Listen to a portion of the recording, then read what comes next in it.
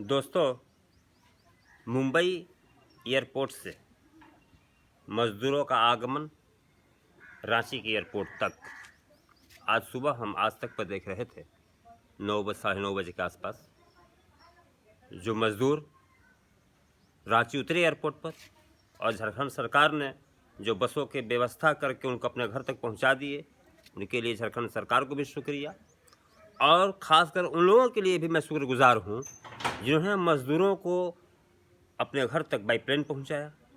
और कुछ तो मैं देख रहा था कि टीवी पर कि दिल्ली के एक किसान ने अपने मज़दूरों को, बिहार के 10 मज़दूरों को भेजा प्लेन से और वहां उनके घर तक जाने तक का भी गाड़ी भाड़ा और खर्च उन्होंने दे दिया। ये बहुत बड़ी बात है दोस्तों, आज ऐसे लोगों की ज़रूरत है। ऐसे जब 2-4 लोग आएंगे सामने तो और भी लोगों में उत्साह बढ़ेगा, और भी लोग आएंगे और ये गरीब मजबूर जो हैं ये अपने घर पहुंच जाएंगे। और जहाज़ से पहुंचना और बड़ी बात है, इसलिए कि इसमें 2 काम हो रहा है। एक तो मज़दूर बहुत परेशान है और बहुत जल्द अपने घर पहुंच जा रहे हैं, और दूसरा जो हमारे प्रधानमंत्री जी का सपना है वो भी पूरा हो रहा है। अरे उन्होंने तो सपना ही कहा था ना कि मेरा सपना है कि हवाई चप्पल वाले प्लेन में चढ़ें, तो आज मजदूर ही तो चढ़ के जा रहे हैं, सपना भी तो पूरा हो रहा है। और किसी भी मुल्क का वज़ीर आज़म का कोई सपना हो और कोई दूसरा भी किसी तरह से अगर उसको पूरा करे तो करना चाहिए। सबसे ज़रूरी ये है कि आज ये देखना है कि कैसे लोग कहाँ पहुँच गए। अभी देखिए, मैं कल देख रहा था कानून मंत्री हमारे भारत के रविशंकर जी हमलावर थे विपक्ष पर, कह रहे थे बहुत नकारात्मक मतलब बयान दे रहे हैं राजनीति। सर, आप लोगों का तो दिमाग का दाद देना चाहिए। जैसे ही कोई बात सटीक कोई बोलता है वैसे ही आप लोग हमलावर हो जाते हैं। बुलेट ट्रेन से तेज आप लोग के दिमाग हैं सर। आप जान रहे हैं कि जो आदमी विपक्ष में भी है अगर सही बात बोल रहा है और तुरंत एक्शन में ना आ जाए और लोगों के दिमाग में तक ना पहुंच जाए, इसको तुरंत घुमा दीजिए। इसमें तो महारत हासिल है सर। वो तो लाइव मैं भी देख रहा था जो राहुल गांधी ने बयान दिए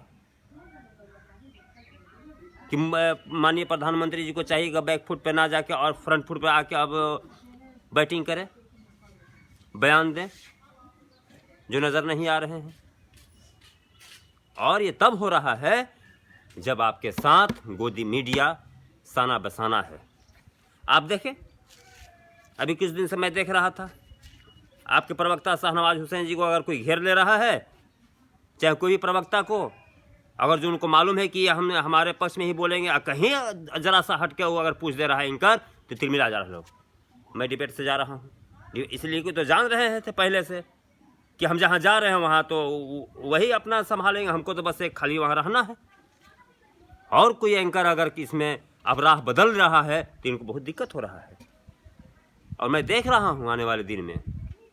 और मैं एक बात और बता दूँ, ये जर्नलिस्ट जो हैं, पत्रकार जो हैं, नेताओं से भी तेज होते हैं। इनको मालूम होता है कि कौन आदमी क्या बोलना चाह रहा है, उसकी असर क्या है। ये भी देख लेंगे कि सरकार जाने वाली है तो धीरे धीरे 2024 तक ये सेटल हो जाएंगे सर। ये बात रखिए, गोदी मीडिया ये सरकार के साथ रहती है। इनके भरोसे बहुत देर तक राजनीति नहीं। और ऐसे हाल में जी, जब सूटकेस पर बच्चा पैदल एक महिला टानते हुए जा रही है, तराही है। करुणा ने सारे आपके राज फास और गरीब और मजदूरों के बेबसी को बेपर्दा कर दिया है, सामने ला दिया है। उन पर जो पर्दा आपने चढ़ा के रखा था, डिजिटल इंडिया, साइनिंग इंडिया। अरे अभी तो खामोशी से इस वक्त में भी तो कम से कम आप स्वीकार कीजिए। आप भी देखिए, मैं देख रहा था ट्रेन में कई मजदूर मर गए खाने के बगैर।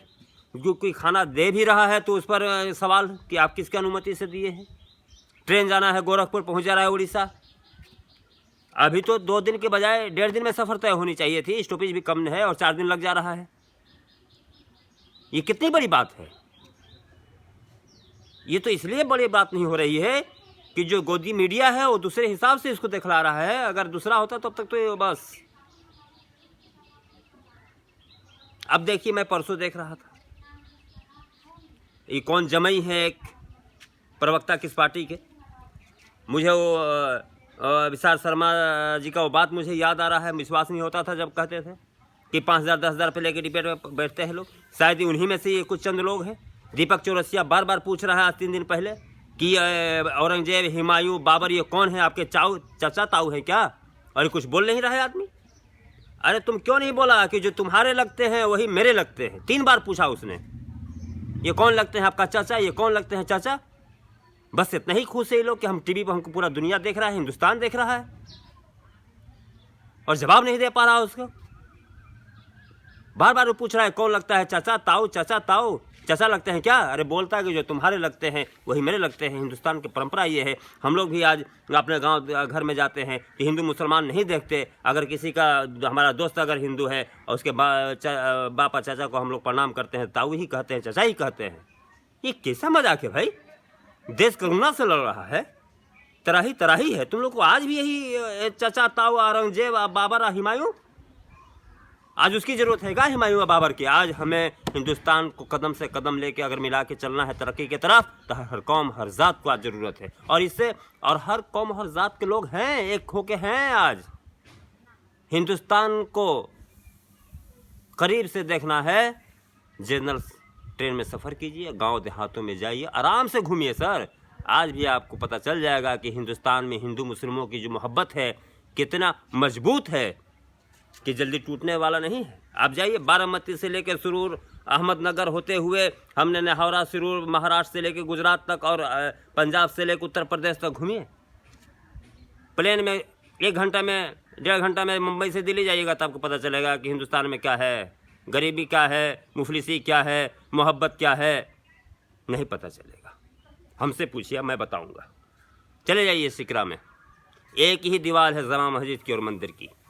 चले जाइए नेहावरा में, महाराष्ट्र के सिरूर तालुका में है। मंदिर के पुजारी मस्जिद के गेट धोते हैं और मस्जिद के इमाम और वहाँ के कार्यकर्ता मंदिर के गेट धोते हैं। ये मोहब्बत है हिंदुस्तान में, इसको आप लोग तोड़ने की कोशिश ना कीजिए। एक सज्जन तो हम देखते हैं 300 बरस पहले का डीएनए करते हैं या 300 बरस आगे का डीएनए करते हैं। पता नहीं उनका कौन सा डीएनए है। मौजूदा दौर के डीएनए आज तक नहीं उनको समझ में आया कि करें।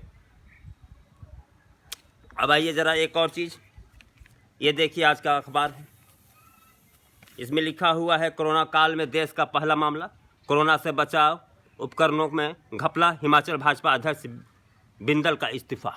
अब देखिए ये नया चीज़ देखिए। अब ये बताइए कि संगठन में कौन सा घपला होता है भाई? ये कौन सा, कोई तो पैसा आता नहीं है संगठन में, मंत्रालय का। मंत्रालय में घपला होता है, स्वास्थ्य विभाग होगा, शिक्षा विभाग होगा, उसके सचिव होंगे, मंत्रालय होंगे। ये अध्यक्ष का इस्तीफा, वाह वाह, क्या है ये भारतीय जनता पार्टी? सोचने पर दिमाग काम नहीं करता है। इसीलिए मैं कहता हूँ ना, बुलेट ट्रेन से ज़्यादा तेज दिमाग चलता है इनका, और उससे ज़्यादा मजबूत है, रॉकेट की तरह। ये बताइए अध्यक्ष का इस्तीफा क्यों भाई? आपके पास तो संगठन का पैसा है, चंदा का पैसा होता है। ये कौन सा है मामला जो आपको इस्तीफा देना पड़ा? और इसमें है, लिखा हुआ है, पूरा तफसील से आप पढ़ेंगे तो जांच चल रही है, नैतिक के आधार पर इस्तीफा दे दिया गया। अब ज़बान बंद रखिए, इंक्वायरी होगी, और कोई ऑफिसर अगर 1-2 साल में रिटायर होने वाला होगा तो फिर इंक्वायरी का दिशा भी बदल सकता है। उसको कह दिया जाएगा कि रिटायरमेंट के बाद कोई ना कोई पद तुम्हें संवैधानिक पदों तक पहुंचा दिया जाए, इंक्वायरी तुम अपना ईमानदारी से करो। दोस्तों, आंधियों के सफ़र में जब दबदबा हो चरागों का, तो अंजाम फिर जुल्मत के सिवा कुछ भी नहीं, याद रखिए। और ये गरीब और मुफलिस जो आंसू बहा रहे हैं, इसको कम मत समझिए आप। मनोहर राणा ने कहा था, एक कतरा आंसू भी हुकूमत के लिए खतरा है, तुमने देखा नहीं आंखों का समंदर होना।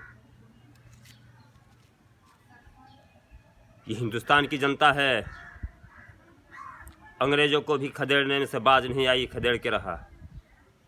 और विडंबना देखिए, ये मीडिया, गोदी मीडिया पर मैं ताजुब कर रहा हूँ सबसे ज़्यादा। तो ये कौन हिसाब से देश को किस दिशा में लेके जा रहे हो भाई तुम?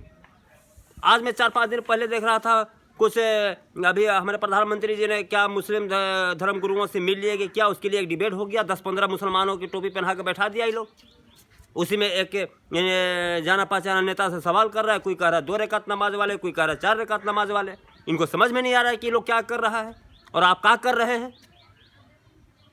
क्यों नहीं कहते कि आज इस पर बात नहीं होगी, आज बात होगी रोजगार पर, गरीबों पर, मुफलिसों पर। यही तो बात कहा जा रहा है आज बरसों से।